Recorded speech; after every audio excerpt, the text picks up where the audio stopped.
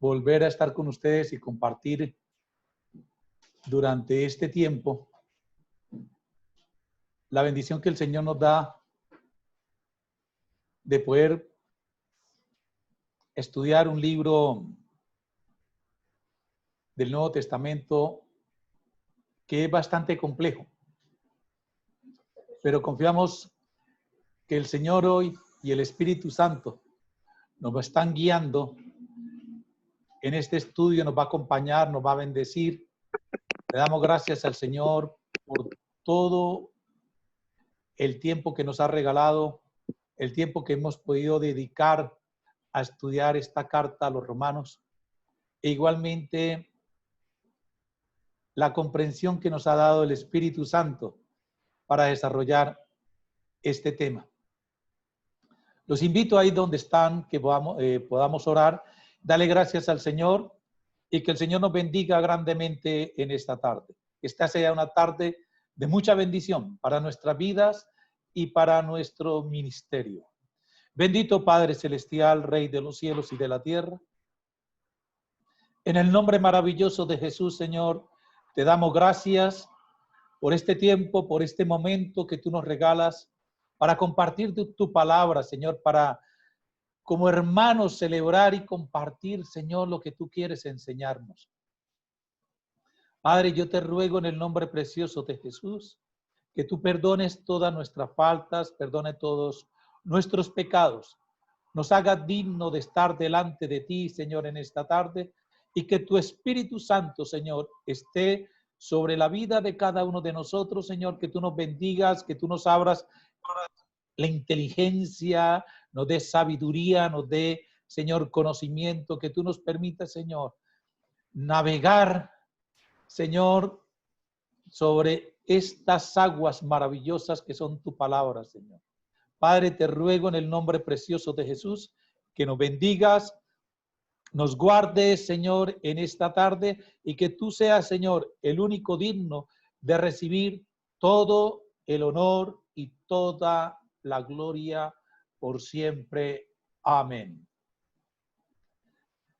Hermanos, hoy vamos a compartir el capítulo 2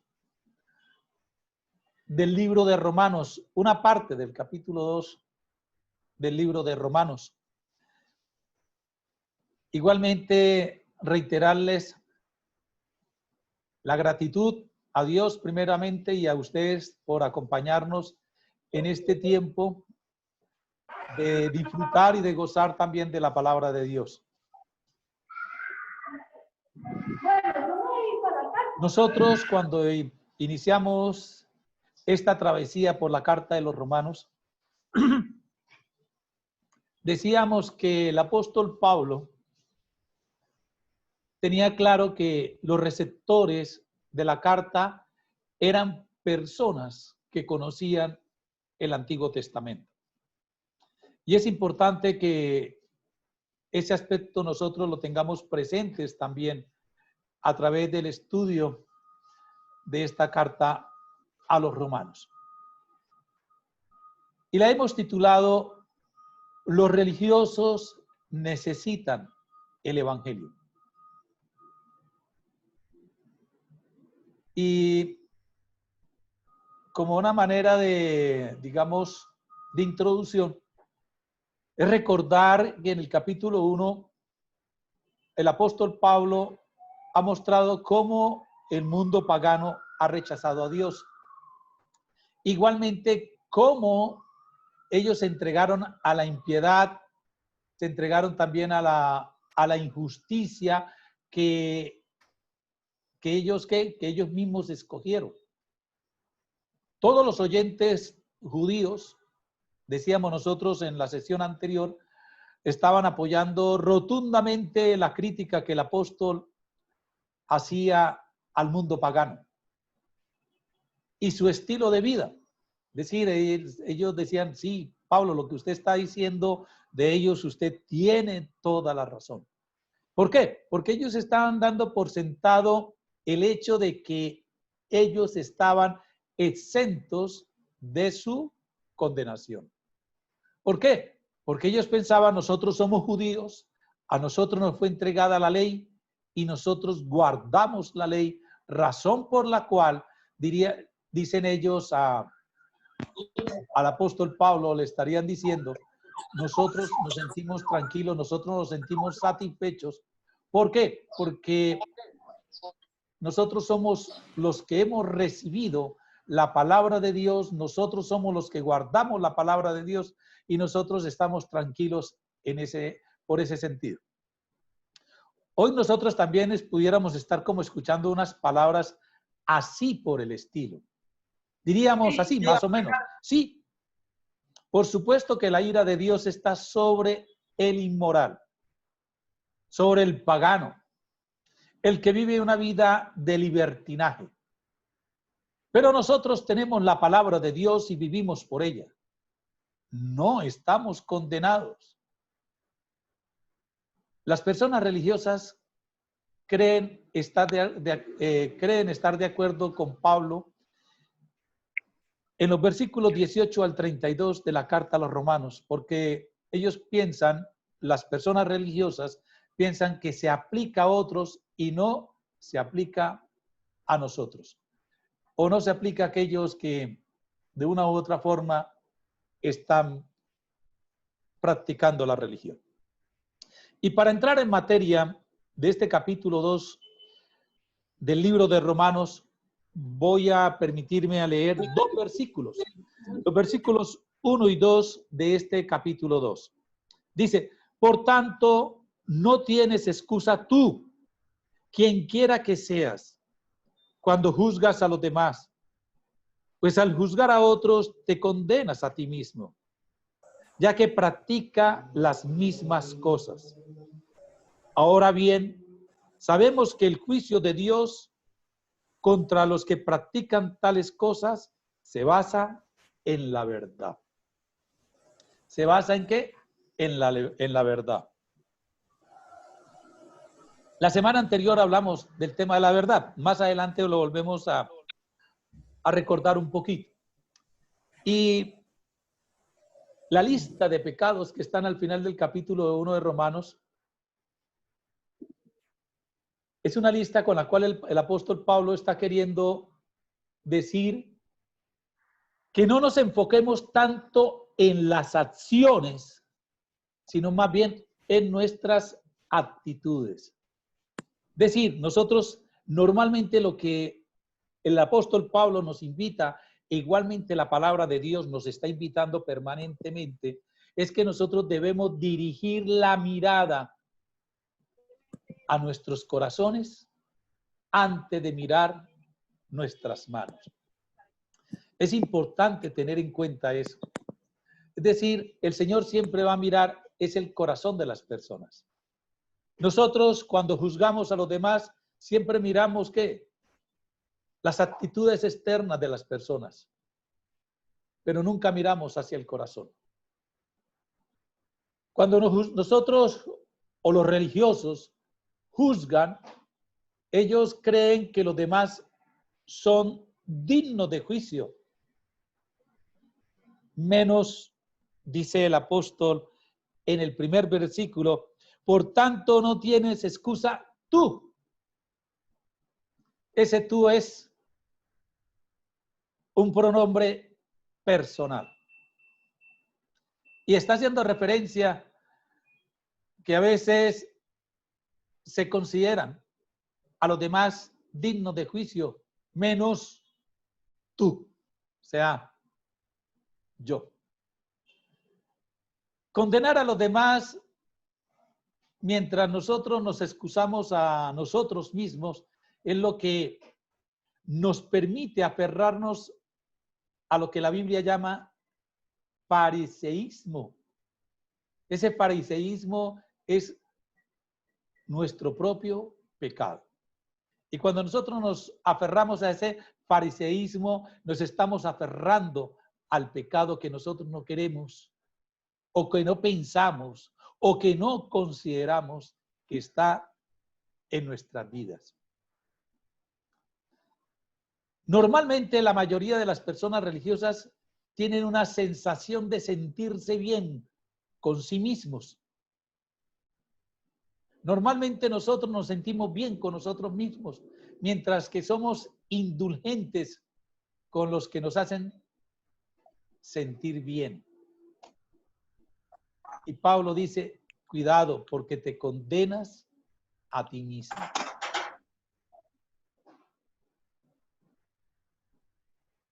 Vamos a hablar en esta tarde algo que tiene que ver con el juicio de Dios. Y lo pudiéramos decir que al final del juicio, cuando el Señor venga a juzgar, cuando yo me tenga que presentar ante Él, cuando el Señor emita el juicio de condena, seré yo mismo.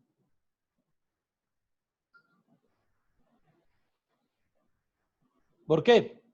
Porque el que va a emitir el juicio de condena, dice la palabra de Dios, seré yo mismo.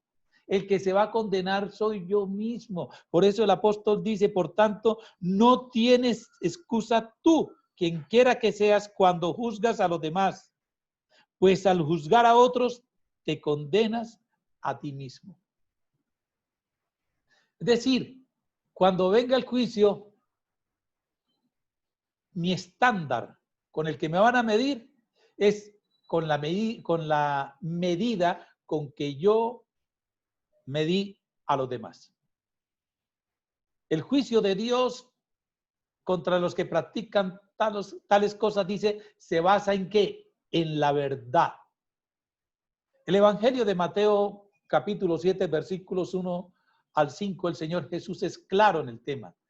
Él nos dice que Dios es justo en su juicio y usará nuestros propios estándares. Es decir, los juicios que nosotros hicimos con nuestras propias bocas, como la medida con la cual nosotros vamos a ser juzgados. Hay un teólogo que dice, o tiene el tema, lo llama la grabadora invisible. Es decir, él dice, nosotros vamos por la vida como si tuviéramos una grabadora colgada al cuello. Todo lo que estamos diciendo se va grabando y va grabándose. Todo lo que nosotros digamos, todo lo que con lo que nosotros condenemos, así como nosotros juzgamos, todo se va grabando. Y el día del juicio, el Señor Jesús y el Padre Celestial me van a decir, venga Luis Eduardo, me quita la grabadora que tengo en mi cuello y la pone a correr. Eso se llama la verdad. Con el juicio que tú has juzgado, vas a ser juzgado. Ahora, ¿quién? Como dice en el versículo 1, tú. ¿Con qué voy a ser juzgado? Con lo que yo juzgué a los demás. Con la medida en que yo medí, me voy a medir yo mismo. Es decir, mis propias palabras, mis propias actitudes, mis propios juzgamientos son los que me van a generar la medida, mi estándar con el que me van a juzgar a mí. Por eso el apóstol Pablo es muy frentero, llamaríamos, cuando dice, por tanto, no tienes excusa tú. Quien quiera que seas. Aquí no está haciendo diferenciación de nadie, simplemente está diciendo quien quiera que seas cuando juzgas a los demás. Cuando juzgas a los demás. Es decir, cuando yo juzgo a los demás, me estoy juzgando a mí mismo. Con esa medida que yo estoy juzgando al otro, con esa medida me voy a juzgar yo mismo. ¿Cuándo? En el día del juicio final. Entonces, esa es una invitación que el apóstol nos está haciendo y él tiene en mente el tema del hermano mayor que lo podemos describir en estos versículos 3 al 5. Dice, ¿piensas entonces que vas a escapar del juicio de Dios?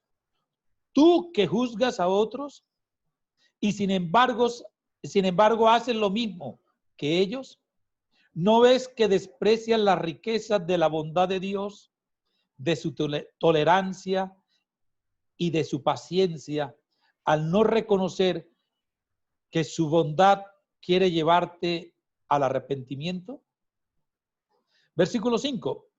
Pero por tu obstinación y por tu corazón empedernido sigues acumulando castigo contra ti mismo para el día de la ira, cuando Dios revelará su justo juicio. El autor del libro Romanos para ti dice que el apóstol Pablo en estos versículos tiene en mente la parábola que está escrita en el Evangelio de Lucas capítulo 15, que nosotros conocemos como la parábola del hijo pródigo. Y en esta parábola se narra la historia de ¿qué? De dos hijos. Un hijo mayor y un hijo menor. Pero en el argumento del Señor Jesús, cuando narra la parábola, quiere decir que ambos hijos están ¿qué? Perdidos. Ambos están ¿qué? Distanciados ¿de quién? Del Padre. Y ambos necesitan la salvación. Es decir, aquí el apóstol Pablo en el libro de los Romanos está diciendo exactamente lo mismo. Dice, Romanos 1 hace referencia ¿a qué? A los hermanos menores. Esos que están ¿qué? Perdidos, están condenados, adoran ídolos, han cometido todo tipo de pecado. Y ahora cuando llega el capítulo 2, hace un giro. ¿Hacia quién? Hacia los hermanos mayores que están en Romanos 2. Y les dice, ustedes se esfuerzan tanto por ser buenos que piensan que Dios está en deuda con ustedes porque son mejores. Ustedes también, dice, están perdidos. Ustedes también están ¿qué? Perdidos. La gente religiosa tiene un ídolo grande en su corazón y ese ídolo se llama la moralidad. ¿Y por qué la moralidad? Porque ellos piensan que de acuerdo con unas reglas que cumplen, ya, yo cumpliendo con estas reglas, vivo en paz con los demás, vivo en paz con las otras personas, por lo tanto yo no necesito hacer mucho esfuerzo, yo no soy como los gentiles, no soy como aquellos que son pecadores, no, yo cumpliendo con estas reglas sé que me voy a salvar. Y Pablo les dice que ellos están ¿qué? Acumulando castigo contra sí mismos, ¿para cuándo? Para el día de la ira de Dios, el día del juicio de Dios. No solamente es con cumplir unas reglas. Y por eso la parábola del hijo pródigo. El hermano menor, ¿en dónde está? Está perdido. Supuestamente, porque él está ¿qué? Condenado, adorando ídolos, hemos dicho, cometiendo todo tipo de pecado. Y supuestamente el hermano mayor está cerca ¿de quién? Del padre. Él cree que hacer ciertos trabajos para el padre significa que están ¿qué? Está al lado del padre y por lo tanto él ya tiene la salvación segura. Sucede que la gente religiosa también piensa igual. Creen que en su moralidad ellos tienen justificación. ¿Y qué quiere decir esto? Cuando yo considero que lo que yo estoy haciendo está bien y por lo tanto me estoy justificando, quiere decir que yo no necesito de un Salvador, que yo no necesito de Dios, que yo soy autosuficiente y que en esa autosuficiencia yo puedo vivir mi vida tranquilamente, confiadamente, de que yo voy rumbo al cielo. Y me atrevo de pronto ¿a qué? A juzgar a los demás. Pablo está mostrando que la gente religiosa necesita el evangelio tanto como la gente no religiosa. Porque cuando confiamos en algo o en alguien que no es Jesús para que nos dé su justicia, entonces estamos haciendo ¿qué? Rehusando a aceptar el evangelio. La gente religiosa, vuelvo a repetir, con su moralidad consideran que ellos tienen lo suficiente para ser salvos y que no necesitan tanto del Señor Jesús.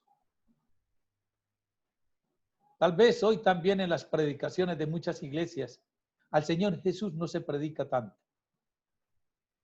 Se predican de otro tipo de cosas, pero el evangelio del arrepentimiento, predicar al Señor Jesús, no lo hacen. Son más importantes otras cosas. Hoy nosotros estamos viviendo con una idolatría que se llama moralismo, y eso lo vimos cuando tuvimos la oportunidad de compartir de dioses falsos. ¿Por qué? Porque la moral es un ídolo que nosotros tenemos en nuestro presente siglo y ha sido un ídolo que ha permanecido durante toda la historia de la humanidad. Cualquier persona moral que está satisfecha con su estado espiritual está negando que la justicia viene solamente por medio de la fe. Muchos se consideran hoy en un estado espiritual tranquilo, yo estoy bien. Y a veces decimos, yo tengo una relación bien con Dios, yo no tengo problema, allá tú. Allá tú que estás haciendo tal cosa, allá tú que haces aquello, allá tú eres el que necesitas. Ahí es donde el apóstol dice, tú que dices, tú que tú no tienes excusa.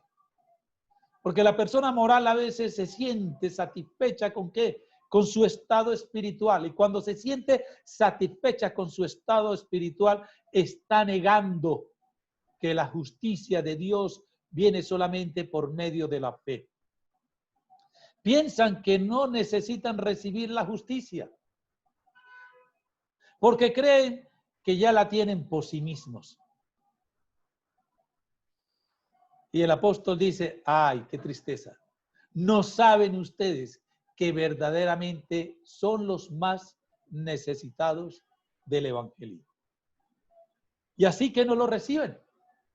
Recordemos la narración de la parábola del hijo pródigo, que cuando llega el hijo menor a la casa, el padre se alegra, lo abraza, lo besa, le cambia sus ropas y hace fiesta.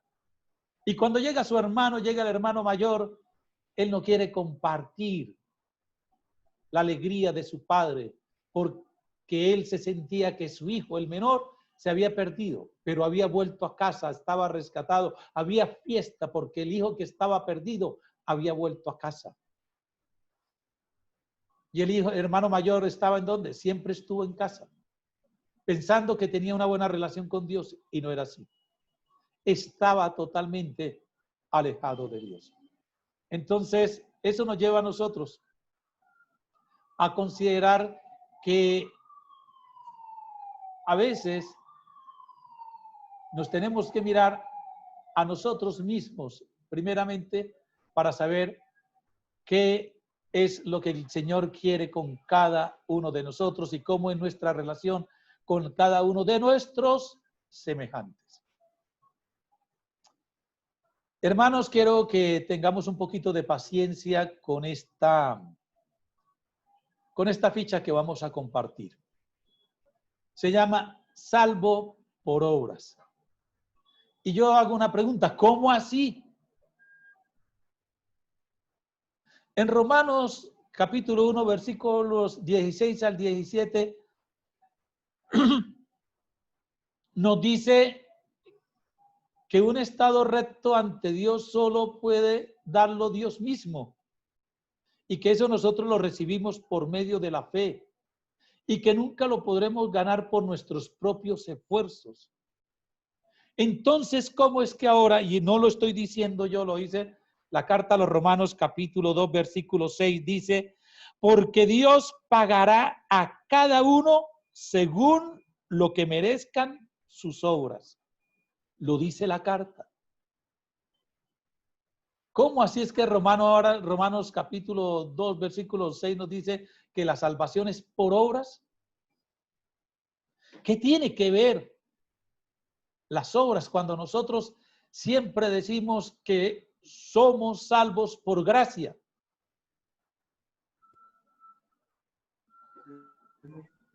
Este libro de los Romanos, o esta carta a los Romanos, ha sido una carta con el cual muchos hombres han dado testimonio de una conversión real al Evangelio. Uno que es conocido por nosotros es Martín Lutero. Cuando él llegó y se encontró con esos versículos 16 y 17, él dice, wow, la salvación no es por obra, la salvación es por la gracia de Dios. Y él dice en su testimonio que ese pasaje le abrió sus ojos espirituales, se reconvirtió al Señor y empezó él a trabajar de una manera fuerte, tan fuerte que fue que lo llevó a iniciar el proceso de la reforma cristiana, llamémosla en su momento. Fue un pasaje que lo impactó a él. Y con ese pasaje de Romanos capítulo 1, versículos 16 al 17, fue tanto el impacto que tuvo en él, que él se transforma e inicia un camino hacia la reforma de la iglesia. Otro gran hombre del evangelio que es John Wesley, en Inglaterra, el hombre del gran avivamiento, cuenta su biografía, que una vez él fue a Estados Unidos, predicó a los indígenas de Estados Unidos, él los llama indios, a los indios de Norteamérica. Yo le llevé el evangelio a los indios de Norteamérica. Pero ¿quién me ha traído el evangelio a mí? ¿Quién me puede evangelizar a mí? Y dice que él estaba en un momento en una iglesia y el pastor predicó sobre Romanos capítulo 1, versículos 16 al 17, y fue tanto el impacto que tuvo en la vida de Wesley que él dijo, ya, he sido evangelizado. E inicia la gran cruzada y el gran avivamiento que hubo en Inglaterra y en Escocia, de ese avivamiento, esa llenura, esa bendición del Señor a través de este pasaje. Y entonces ahora Romanos capítulo 2, versículo 6 nos está diciendo que la salvación es por obras. De la pregunta que nos hacemos, ¿cómo así? ¿No somos salvos por gracia? ¿Somos salvos es por las obras? Cuando iniciamos este conversatorio en esta tarde,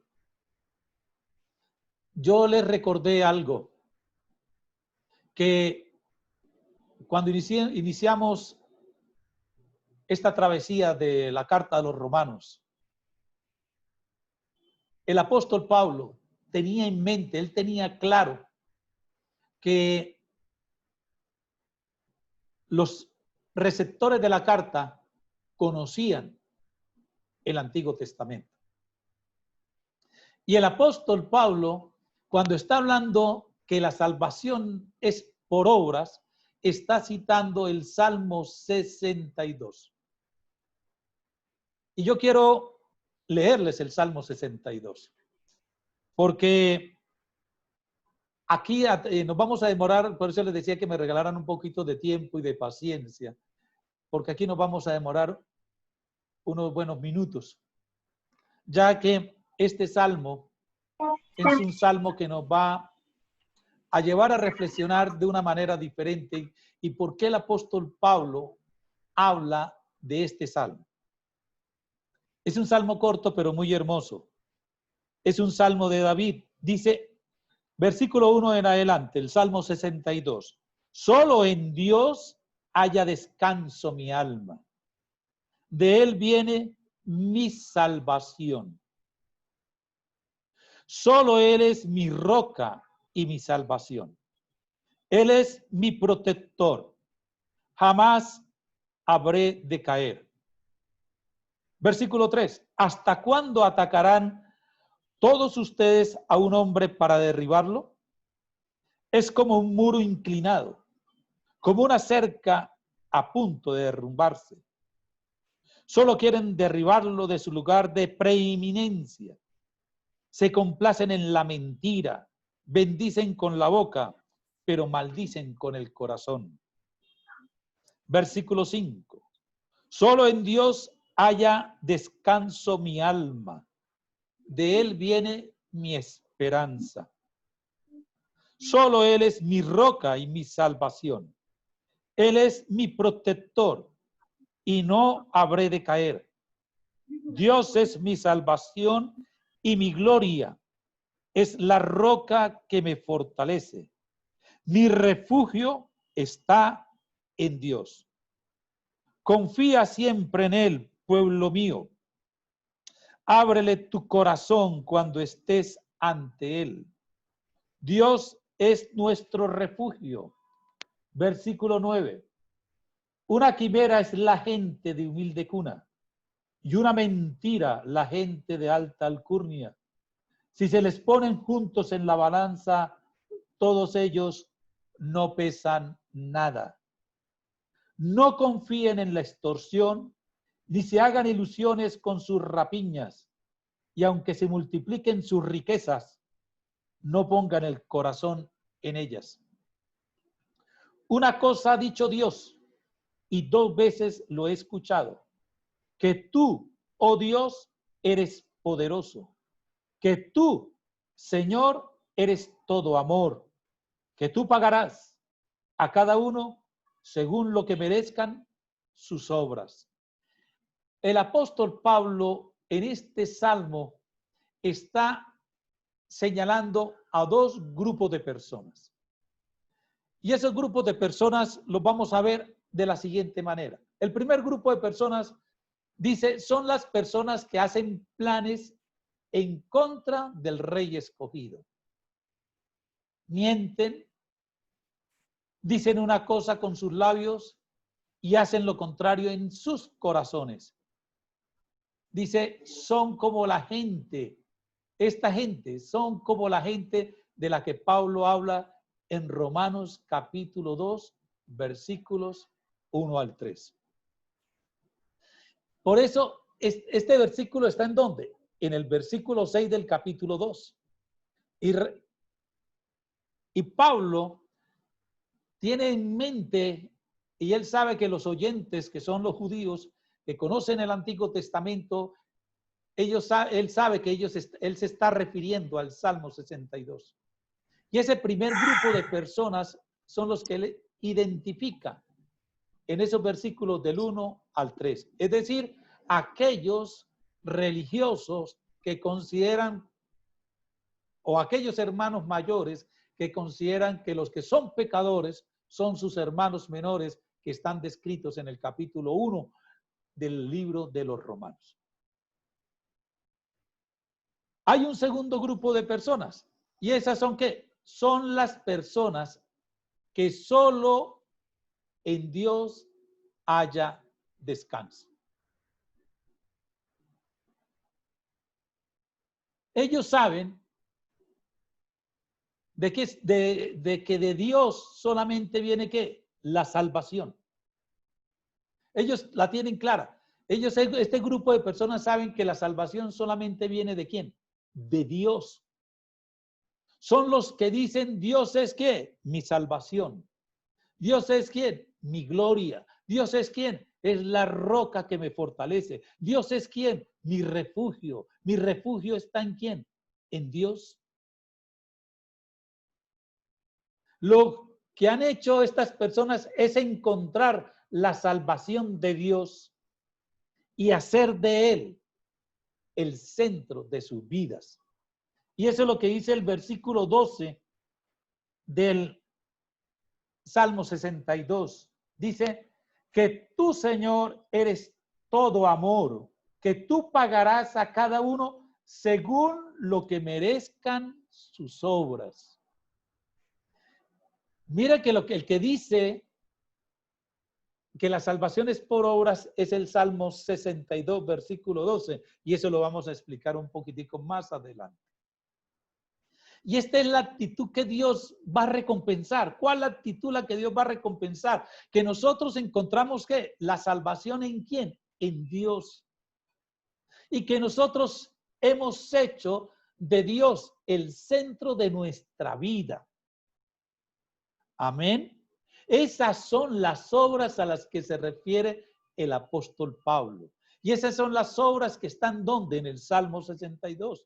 Es decir, aquellas personas que encontraron a Dios como su Salvador y han hecho de Él el centro de su vida. Y esta es la actitud que Dios va a recompensar. Por eso dice el versículo 12, tú pagarás a cada uno según lo que merezcan sus obras. Recuerde el primer grupo. ¿Cuál era el primer grupo? Los del versículo 1 al 3, que ellos decían, dicen cosas con sus labios, pero en su corazón dicen cosas contrarias. Son hipócritas, son mentirosos. Son personas que mienten, personas que halagan, pero su corazón por dentro está mal. Y el Señor dice, ¿cuáles son las obras con las cuales yo voy a recompensar? Aquel que encontró la salvación, ¿quién? En Dios. Y ha hecho de Dios el centro de ¿qué? De su vida. Su vida gira alrededor de Dios. Por eso se llama salvo por obra. Y eso está en el versículo 12 del Salmo 62. Pablo nos está diciendo en este versículo 6 que las obras importan. No como la base de la salvación, no como base para salvarnos, sino como la evidencia de que tenemos la fe que salva. Y ahora más adelante vamos a ver en qué consiste la fe que salva. Pablo está diciendo que nosotros somos salvos por fe, definitivamente. Pero las obras son las que evidencian que nosotros tenemos esa fe que salva, esa fe salvadora. Recordemos, recapitulemos, reafirmemos, somos salvos por fe. Salvos por fe, o tenemos una fe que salva. Pero el apóstol también nos está diciendo que las obras importan. ¿Por qué? Porque son la evidencia de que verdaderamente nosotros tenemos esa fe salvadora. En el Salmo 62 lo que básicamente importa es la relación que una persona tiene con Dios. El Salmo 62 está haciendo ese énfasis, está haciendo esa fuerza, está diciendo lo que importa es la relación que una persona tiene con Dios, como quién, como su refugio, como quién, como su roca, como su salvación. Es decir, ¿cuál es la relación que tú tienes con Dios? ¿Cómo es que se relaciona una persona con Dios? ¿Cómo ve a Dios? Como su refugio, como su roca. Él eres mi salvador. El Salmo 62 lo que está diciendo es, lo que importa es la relación que cada persona puede tener con el Salvador. Y eso lo sugieren los versículos 9 y 10 del Salmo.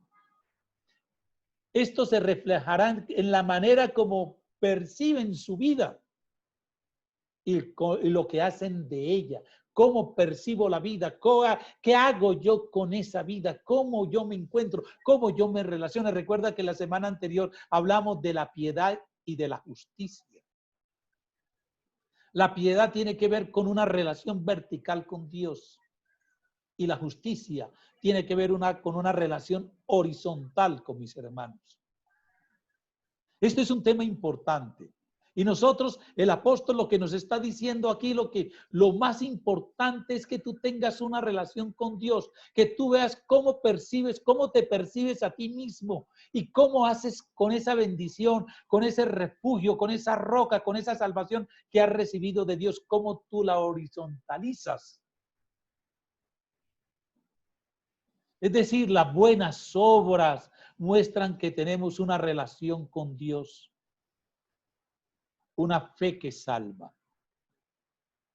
Las buenas obras, repito, son aquellas que van a mostrar cuál es mi relación con Dios. Si yo miento, ¿cómo es mi relación con Dios? Quebrada. Es decir, no tengo buenas obras. Porque si yo tengo una buena relación con Dios, diré la verdad, cuésteme lo que me cueste. Y eso se llama buenas obras. ¿Cómo es tu relación horizontal con los demás?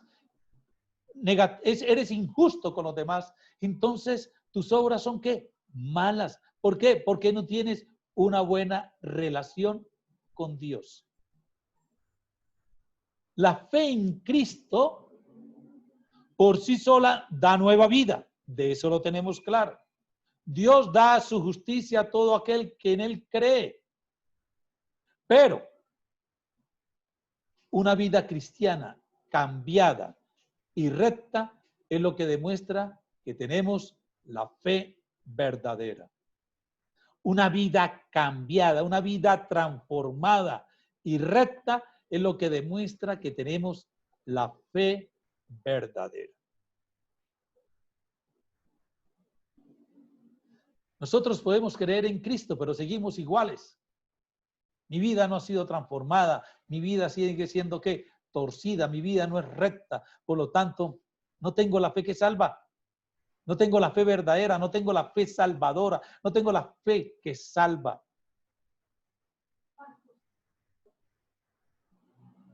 No hay que malinterpretar diciendo que hay que agregar obras a la fe para presentarnos ante Dios en el día del juicio. No hay que malinterpretar eso. Pero tampoco que nuestro entendimiento de la salvación por gracia no debe minimizar este desafío. Hay un autor cristiano, escritor, teólogo, se llama Philip Yancey, que él habla de la gracia barata. Yo tengo que entender que si soy salvo por gracia, tengo que atender un desafío en mi vida, un desafío que es un desafío que transforma vidas, es un desafío que me hace llevar una vida distinta, una vida recta, que yo le pueda glorificar el nombre del Señor, porque sé que puedo expresar y mostrar una fe verdadera. Si las obras de nuestras manos no están siendo transformadas ni dirigidas por la fe que profesamos tener, debemos preguntarnos si nuestra fe es sincera y es real. Es una pregunta que nosotros tenemos que hacernos. Recuerde que el apóstol nos decía, y lo decíamos en unos momentos anteriores, que lo que importa es mi actitud. Si mi actitud es real con Dios, las obras de mis manos van a ser diferentes. Por eso, la pregunta que nosotros nos hacemos acá, si nosotros no estamos viendo que las obras de nuestras manos no están siendo transformadas ni dirigidas por la fe que profesamos tener, debemos preguntarnos si nuestra fe es sincera, si nuestra fe es real. Esa es la pregunta de este versículo 6. Vuelvo a reiterarles mis solicitudes de disculpa porque en este versículo estamos un poco demorados. Pero he querido dedicarle un poquito de tiempo adicional porque para muchos esto nos puede resultar un choque. ¿Cómo así? Si yo soy salvo por gracia, no salvo por obras. Pero recuerde, la obra es mi tipo de relación que tengo con quién, con Dios. ¿Cómo es mi relación con Dios? ¿Cómo me encuentro con Dios? ¿Cómo busco a Dios? ¿Cómo me relaciono con Él? ¿Cómo estoy con Él? ¿Cómo vivo con Él? Y si yo tengo una excelente relación con Dios, definitivamente mi relación horizontal va a ser diferente, va a cambiar.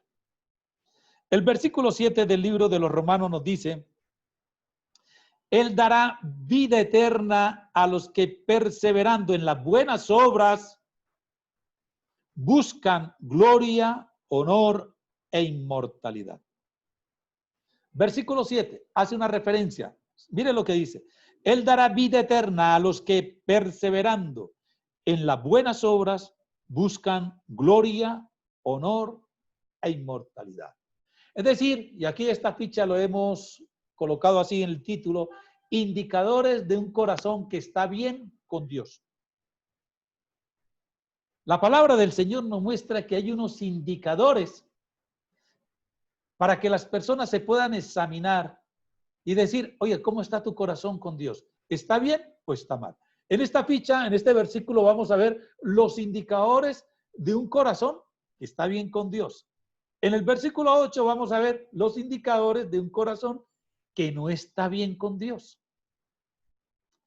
Entonces, el primer indicador con el cual nos vamos a encontrar en este versículo 7 es la perseverancia en hacer el bien. Porque así dice el versículo 7. Él dará vida eterna a los que perseverando en las buenas obras. Es decir, aquel que persevera haciendo buenas obras significa hacer el bien. Quiere decir que está viviendo de una manera piadosa. Quiere decir que vivir de manera piadosa para él se ha convertido en ¿qué? En un estilo de vida. Perseverar es mantenerse en la misma línea, pase lo que pase. Perseverar significa que camino por la misma dirección, sea lo que sea. Tenga circunstancias difíciles o circunstancias agradables. Tengo que perseverar en hacer el bien. Siempre, en cualquier momento, en cualquier lugar donde esté, en cualquier circunstancia en que esté viviendo, por cualquier proceso que yo esté pasando, debo vivir de una manera piadosa como un estilo de vida. ¿Cuál es tu estilo de vida? ¿Estás perseverando en una vida piadosa, haciendo el bien? Mire que la palabra de Dios es la que lo está diciendo. No lo está diciendo el pastor Luis Eduardo Villamil. Lo está diciendo la palabra de Dios en el versículo 7. Él dará vida eterna. ¿A quiénes? A los que perseverando en las buenas obras. Decir, las buenas obras significan tener un estilo de vida. Y ese estilo de vida es vivir de una manera piadosa. ¿Cuál es el segundo indicador? El mismo versículo 7 nos dice cuál es el indicador. Buscan gloria, honor e inmortalidad. Deben estas personas piadosas buscar tres cosas: honor, gloria e inmortalidad. ¿Esto a qué se refiere? Esto se refiere a las cualidades que proceden de una vida ligada a Dios y que alcanzamos en una vida en relación con Dios. El honor, la gloria y la inmortalidad, nosotros las logramos cuando tenemos nuestras vidas ligadas a Dios. Es decir, la persona justa no hace buenas obras para su propio beneficio. Las hace porque quiere llegar a ser como Dios en su carácter.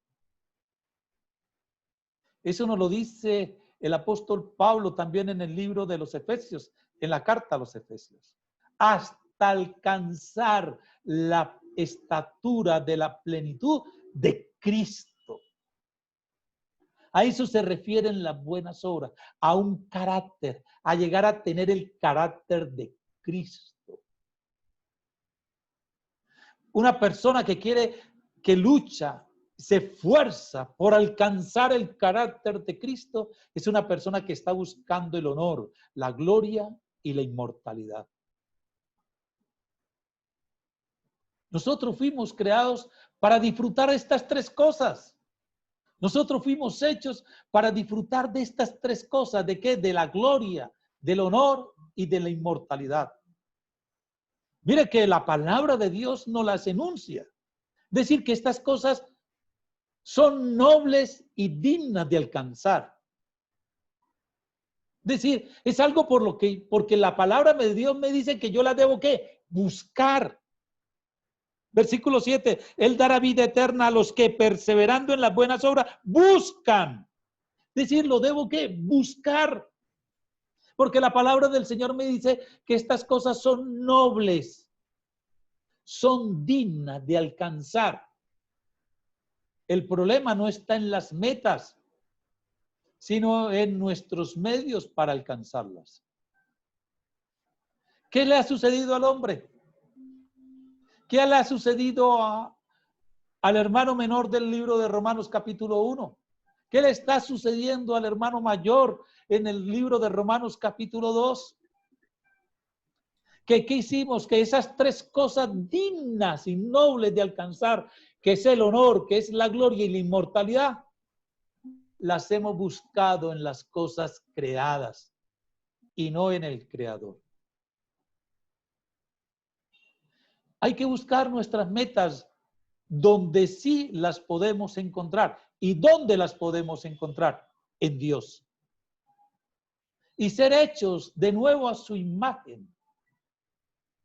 Recuerde, Dios dará la vida eterna a los que la buscan a través de conocerlo a Él.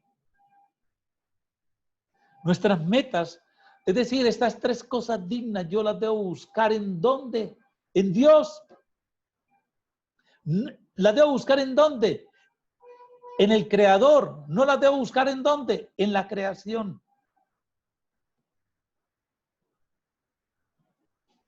Y estas tres cosas, nosotros las vimos cuando trabajamos dioses falsos.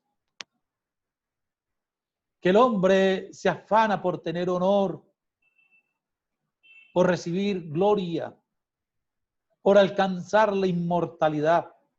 El problema es ¿cuál es? ¿Dónde la busca? ¿Dónde las está buscando? El problema es que el hombre las está buscando es en la creación y no en el Creador. Mire que sí, el Señor está hablando de obras. ¿Cuáles obras? Una relación con Dios. Y si tú tienes una relación excelente con Dios, el Señor te está diciendo, mira, yo te voy a dar te voy a dar algo, pero tú tienes que perseverar. Y eso es decir, el Señor me va a dar ¿qué? La vida eterna. Pero normalmente nosotros pensamos que la vida eterna, sí, la vamos nosotros a disfrutar con el Señor allá, en el cielo. Pero el Señor también nos dice que Él nos da vida para que disfrutemos y gocemos aquí en la tierra, dice el Salmo 27 en la parte final. He de ver la bondad de Dios en esta tierra de los vivientes. Si yo tengo una relación con Dios, si yo estoy ligado a Dios, mis metas de buscar el honor, la gloria y la inmortalidad, lo voy a ver ¿en dónde? También en esta tierra. El rey David dice, he de ver la gloria de Dios en esta tierra de los vivientes. Pero tengo que buscarlos ¿en dónde? En una relación con el santo,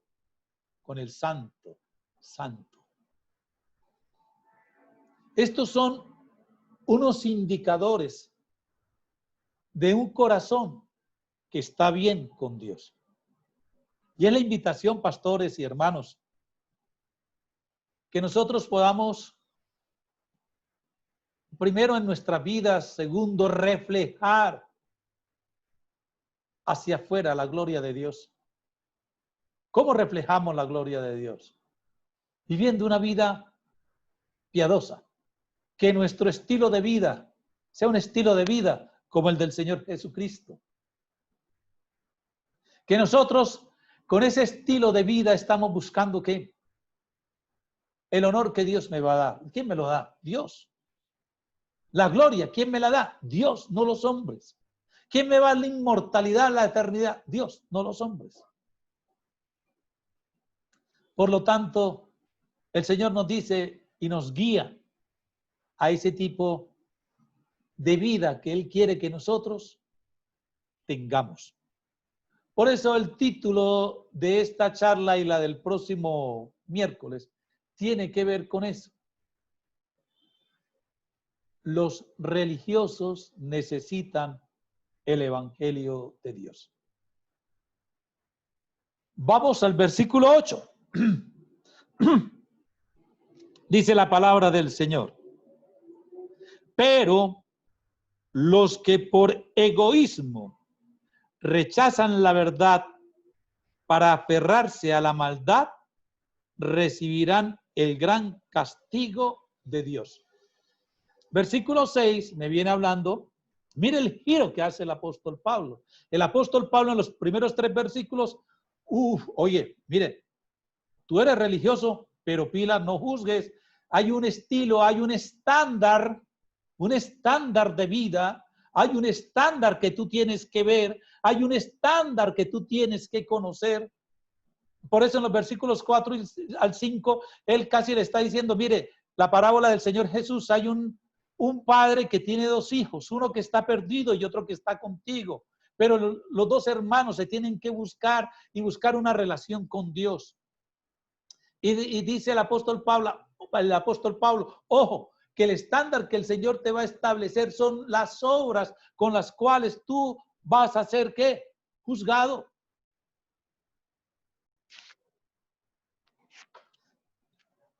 Y le dice, y por eso lo llama, le dice, ¿y dónde está ese estándar?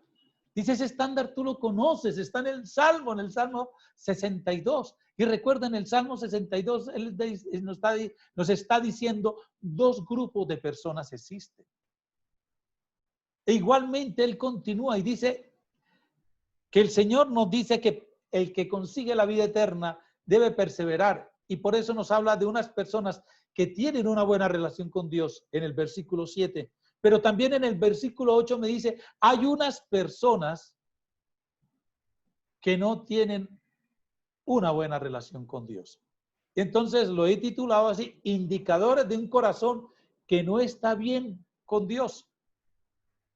Y el versículo 8 de Juan lo arranca. Dice, pero a los que por egoísmo. El primer indicador, ¿cuál es? El egoísmo. El egoísmo es el indicador clave. Esto significa tener un espíritu de voluntad propia o de glorificación personal, de buscar ser nuestro propio Señor y Salvador. Eso se llama ser egoísta. Primero yo, segundo yo, tercero yo. Aquí se hace lo que diga yo y punto. No hay alternativa. Eso se llama ¿cómo? Egoísmo. Y esto se puede buscar ya sea por una vida no religiosa o por medio de una vida moral, religiosa y recta. Hoy nosotros estamos viviendo en una línea muy fina del egoísmo. El sector religioso hoy está viviendo una línea muy fina del egoísmo. Están buscando ¿qué? Su propia ¿qué? Gloria personal. Estamos con unos afanes impresionantes de números. Números, el 0 es un número, pero quiero tener muchos ceros a la derecha de mis otros números. Eso significa ese números ese 0 a la derecha, ese número de ceros a la derecha, ese escandaloso números a la derecha se llaman millones. Porque pienso que si mi cuenta bancaria tiene muchos ceros a la derecha, yo estoy viviendo en la gloria, en la vida que me merezco. Igualmente muchos están buscando números en donde en su congregación, la palabra del Señor nos invita a que vaya y haga discípulos. Ya, vaga. Ay, pero nosotros queremos que vengan muchos, muchos, muchos. Para sentirme como lleno de gloria y decir, mi iglesia tiene tantos miembros. ¿La tuya?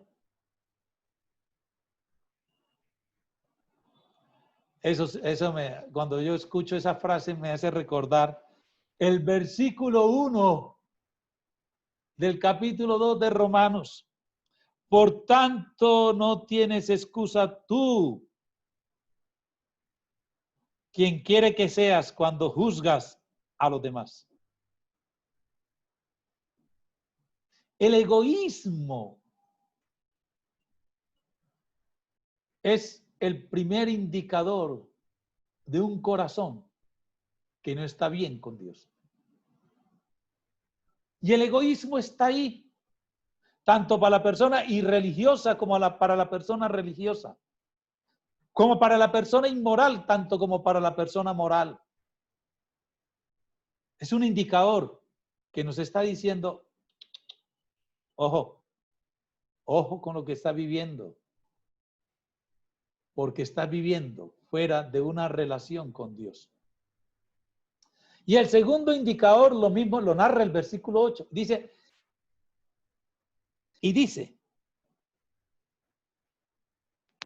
pero los que por egoísmo rechazan la verdad para aferrarse a la maldad, recibirán el gran castigo de Dios. Rechazan la verdad para aferrarse a la maldad. ¿Esto qué significa? Que no hay una disposición para ser instruido por la verdad de Dios y aprender de ella. Es decir, no hay una disposición para que nosotros podamos ser instruidos por Dios, por la palabra de Dios, por la verdad de Dios y aprender de ella. Es decir, son aquellas personas que no quieren ser enseñados. Es aquel grupo de personas en las cuales hay un rechazo a someterse a la verdad fuera de sus propias convicciones. Es decir, yo no acepto someterme y es difícil. Las personas no religiosas hacen esto de una manera lógica. Una persona irreligiosa no se somete a la palabra de Dios. Rechaza la verdad. Una persona que vive en la idolatría rechaza la verdad y estará, como dice la palabra, viviendo en sus delitos y pecados. ¿Por qué? Porque no conoce de Dios y vive bajo sus propias convicciones. Pero te quiero decir algo, también las personas religiosas lo hacen. Aquellos que han conocido la verdad y por esa verdad seremos juzgados. Las personas religiosas que han conocido de la palabra. Porque este capítulo 2 tiene que ver con esto, con la ley, con la palabra que le fue entregada ¿a quién? Al pueblo judío, que le fue entregado ¿a quién? A la nación de Israel. Y ellos han rechazado también la verdad. Han rechazado la palabra, han rechazado la ley, han rechazado la verdad de Dios. Entonces, mire, versículo 6 nos habla de que la salvación es por obras y obras, hace referencia a una relación con Dios y a un estilo de vida donde refleja el carácter de Cristo en cada uno de nosotros. A eso hace referencia las obras. Igualmente me dice que hay dos grupos de personas. Un grupo de personas que tienen una buena relación con Dios y hay un grupo de personas que no tienen una buena relación con Dios. O unas personas que tienen un corazón que está bien con Dios y un grupo de personas que tienen un corazón que no está bien con Dios. Eso nos lo dicen los versículos 7 y 8 de esta carta a los romanos. Ahora sí vamos a ver la fe que salva. ¿En qué consiste la fe que salva? Y vamos a leer versículos 9 al 11. Dice la palabra del Señor: habrá sufrimiento y angustia para todos los que hacen el mal, los judíos primeramente y también los gentiles, pero gloria, honor y paz para todos los que hacen el bien, los judíos primeramente y también los gentiles, porque con Dios no hay favoritismos. Los versículos 9 y 10 nos están hablando de que el sufrimiento viene para aquellos que hacen el mal. Primero, ¿quién? Los judíos y los gentiles. También dice en el versículo 10 que la gloria, el honor y la paz también vienen para los que hacen ¿quién? El bien. Los judíos primeramente y después los gentiles. Por eso el apóstol Pedro dice que el juicio de Dios empieza por la casa de Dios. No es al revés. Y el hombre religioso lo ve es al revés. Ellos piensan que el juicio de Dios, la ira de Dios, viene por ¿quiénes? Por los impíos. Inicia por los impíos. Se inicia en los gentiles. No, aquí la palabra de Dios nos está mostrando hoy el orden. Primeramente los judíos y después los gentiles. Para condenación. Para salvación. Primeramente los judíos y después los gentiles. Y dice en el versículo 11, porque con Dios no hay favoritismo, no hay acepción de personas. Dice en la Reina Valera de 1960. Entonces la verdadera fe que salva resulta en una vida de obediencia y piedad. La verdadera fe que salva resulta en una vida de obediencia y piedad. Aunque nosotros en nuestro diario caminar podemos tener caídas, todos vamos a estar cayendo. Nadie está exento de una caída. Pero cuando el Señor midió las obras de los judíos, las halló tan impías como la de los gentiles. El hecho de que los judíos en ciertas ocasiones celebraran una fiesta o guardaran el día de reposo con regularidad, no cambió el hecho de que en su vida diaria constantemente desobedecían a Dios. Es decir, para los judíos las bendiciones que Dios les dio nunca los guiaron ¿a qué? Al arrepentimiento.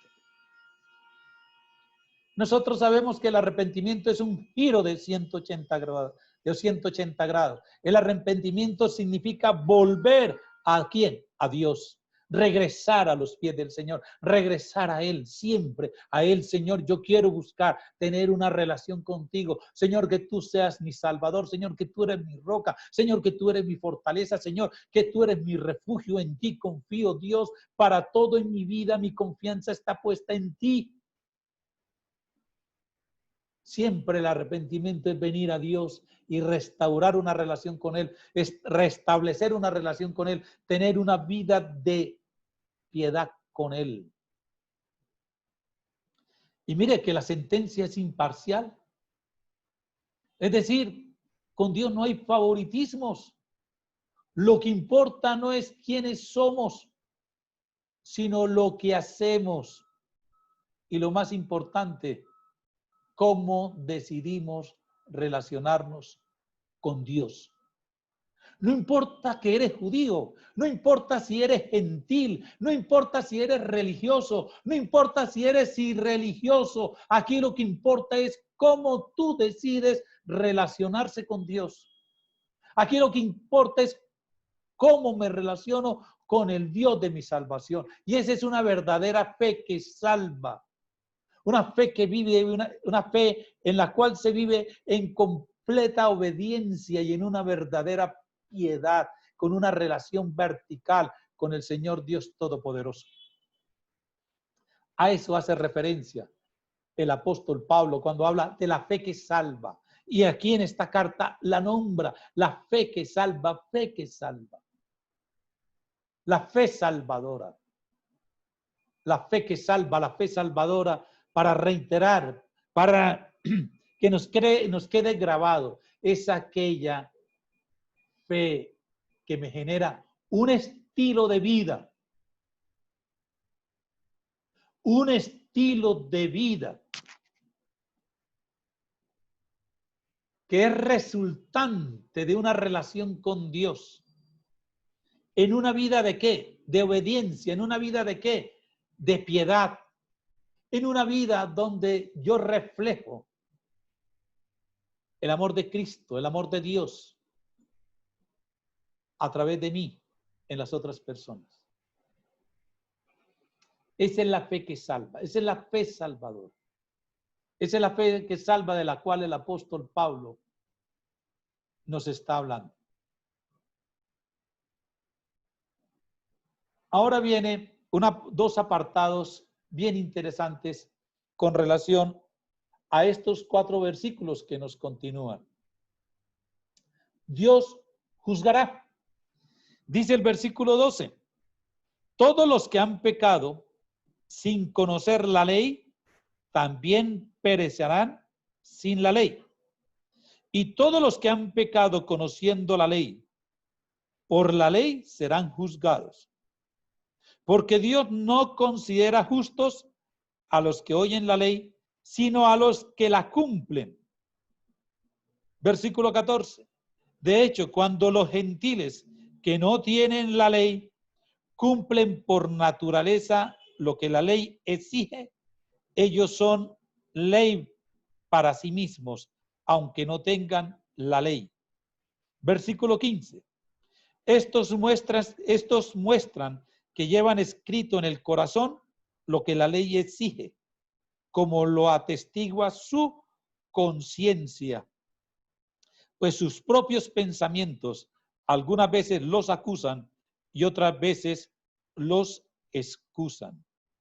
Así sucederá el día en que por medio de Jesucristo Dios juzgará los secretos de toda persona, como lo declara mi evangelio.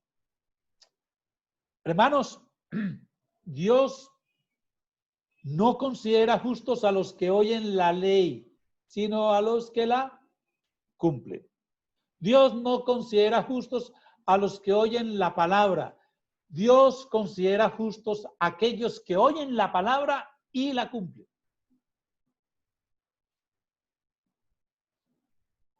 Para los judíos de Roma tuvo que decir haberles producido un escándalo cuando ellos escucharon eso que el Señor dice a través de Pablo, que para Dios no hay favoritos, no hay acepción de personas, no hay favoritismos. Es decir, eso a los judíos los tuvo que sacudir, porque ellos pensaban que merecían un trato especial por ser el pueblo escogido de Dios.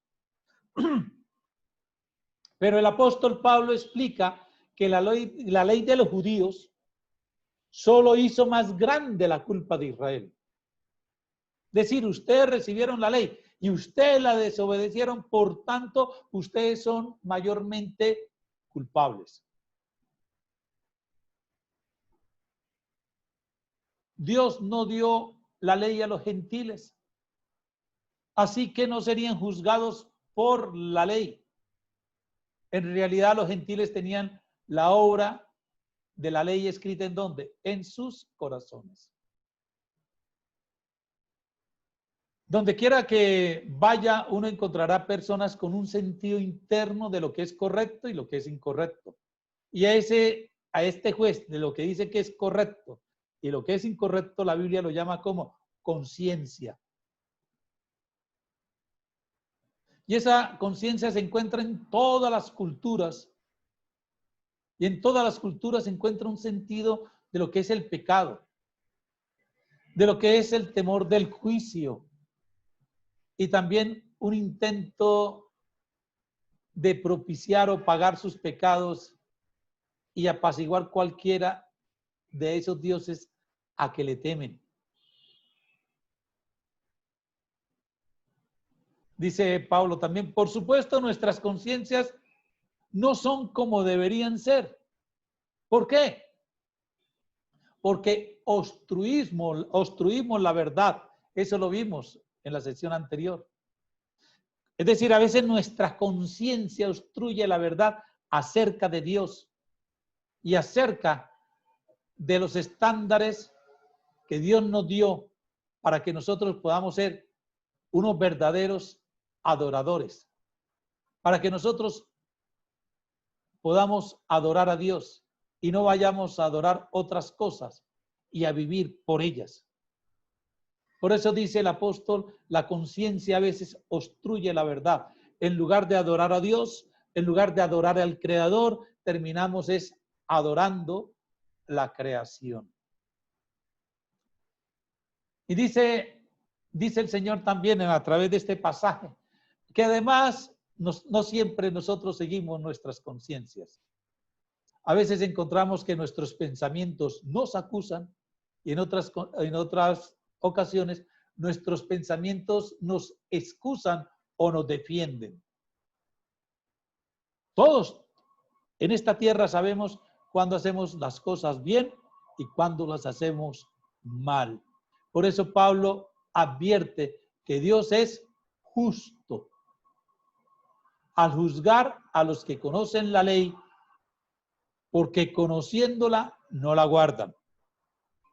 Y Pablo también está advirtiendo que Dios juzgará con justicia a los que no conocen la ley externamente, porque conociéndola internamente, aún así no la guardan.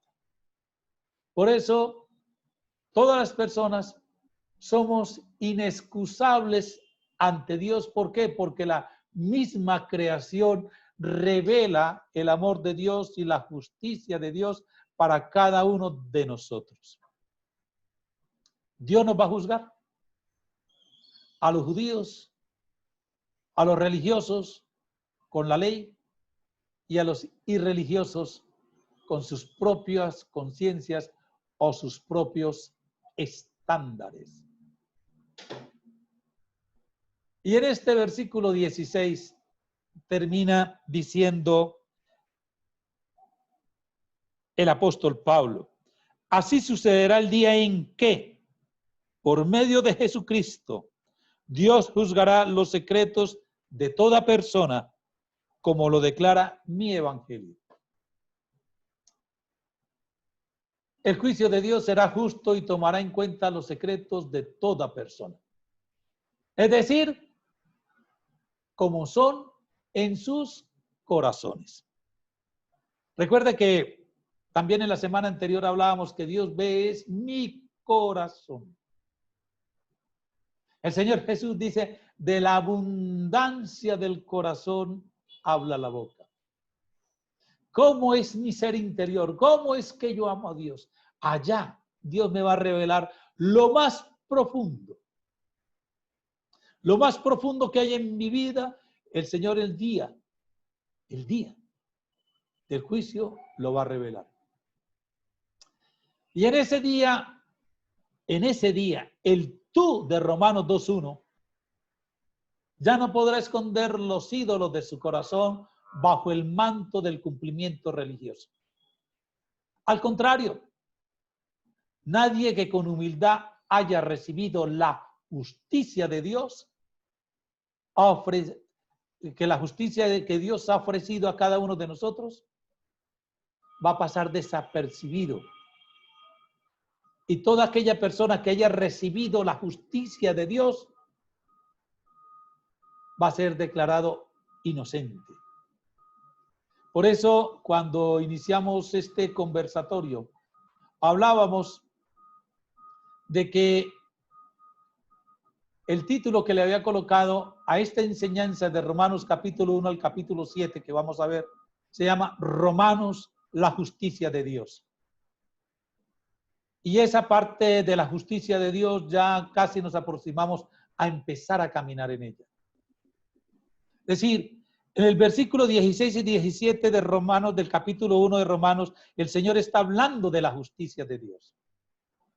Y aquellos que hemos recibido la justicia de Dios, la justicia que Dios nos ha ofrecido, nosotros no vamos a pasar desapercibidos y no vamos a ser declarados culpables, sino vamos a ser declarados inocentes.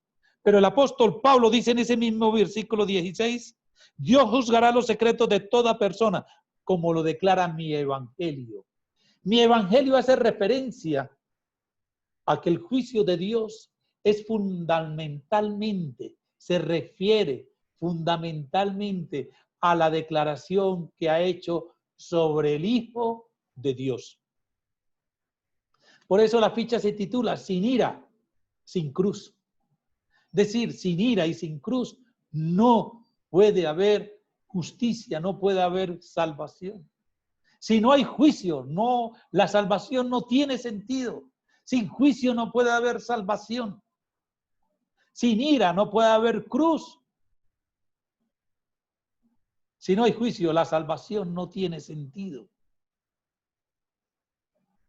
Sin la realidad de la ira presente y futura de Dios, la cruz está vacía de gloria. El interés del apóstol Pablo es mostrar que el terreno sobre el cual estamos parados, gentiles y judíos, religiosos y no religiosos, los que quebrantan la ley y los que guardan la ley. Es decir, todos estamos en un terreno que está ¿qué? Nivelado. Pasó una motoniveladora y lo dejó parejito. Y el apóstol Pablo dice, en ese terreno estamos todos de pie. Dice el apóstol Pablo, todos vamos a enfrentar el juicio y todos merecemos la ira.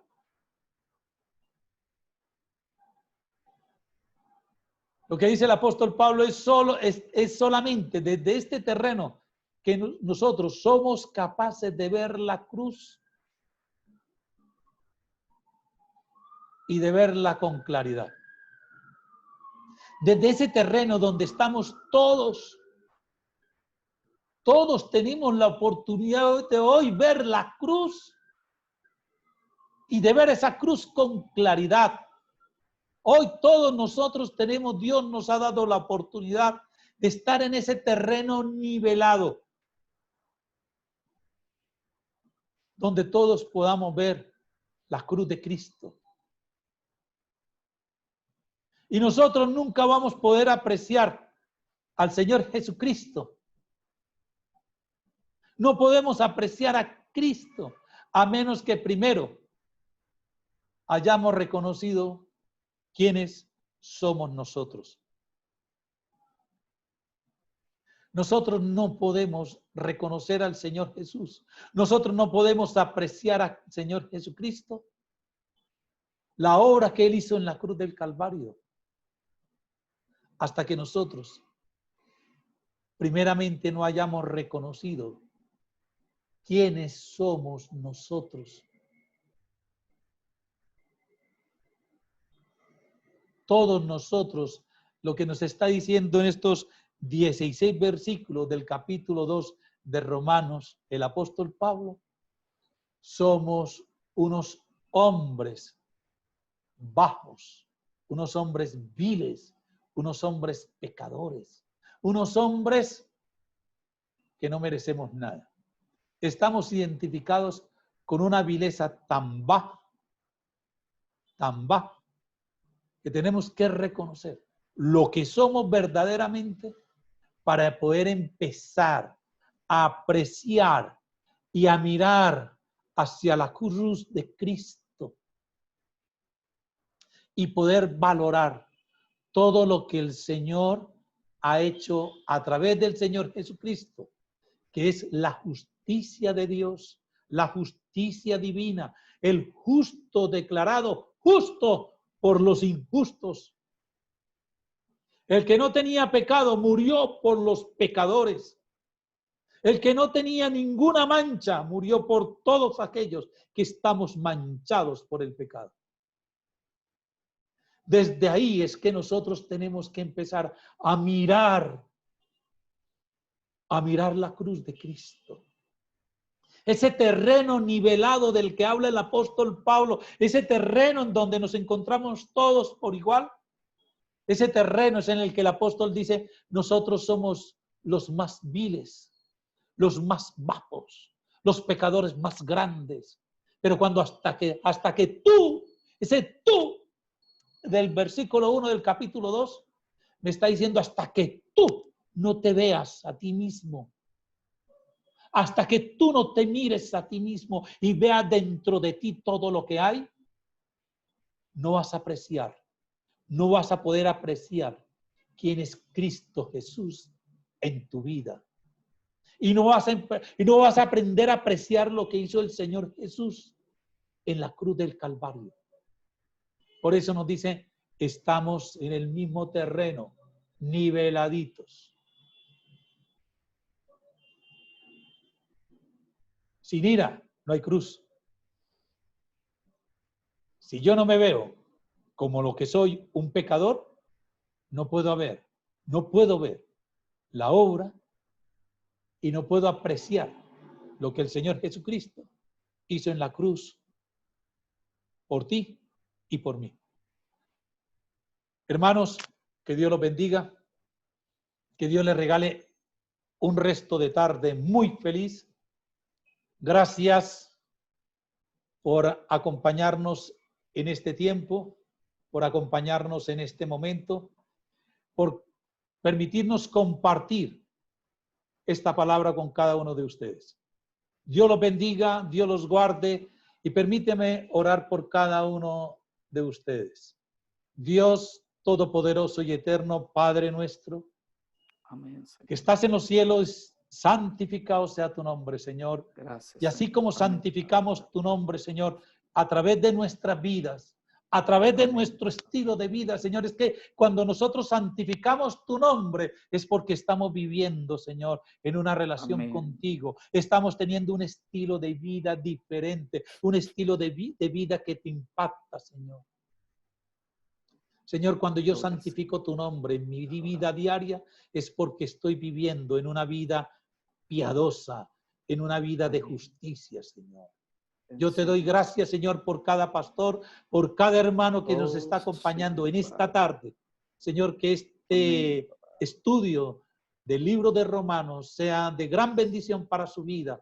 Que, Señor, sea para edificación de su vida personal, que sea de edificación para su iglesia. Señor, y permítenos siempre ver a Cristo, ver su gloria, ver su obra. Y, Señor, gracias te damos porque tú eres bueno, porque tú eres misericordioso, Padre, porque tú eres maravilloso. Gracias por ser nuestro Dios. Gracias por bendecirnos. Gracias por permitirnos conocerte más y más. Que Dios los bendiga con una excelente tarde. Un abrazo y bendiciones. Amén. Pastor, gracias. Señor le bendiga. Gracias, Pastor Luis. Dios le bendiga. Gracias, Pastor. Bendiciones. Que le van a reparar el techo.